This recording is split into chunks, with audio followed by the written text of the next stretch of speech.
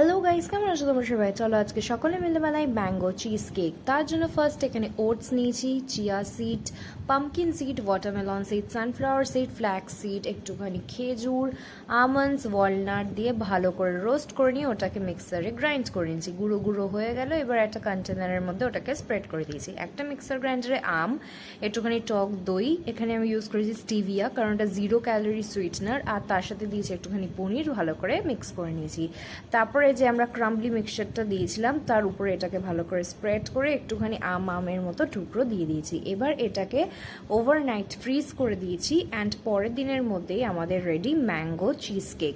এবার তোমরা দেখে ভাবছো তো যে চিজ কেকে চিজ কই, তাহলে বুঝতে পারছো তো যে এটা কিন্তু চিজ কেকেরই হেলদিয়ার ভার্সন, যেটা কিনা তোমরা অল্প মাত্রায় কিন্তু নিজের ডায়েটেও খেতে পারো। অল্প মাত্রা বললাম কেন কি, যাই হোক না কেন ম্যাঙ্গোর একটা ফ্যাট আছে, তারপরে বেশি সিডসও একদিনে খাওয়া উচিত না, তো তোমরা এটা মডারেশনে কিন্তু রোজই খেতে পারো।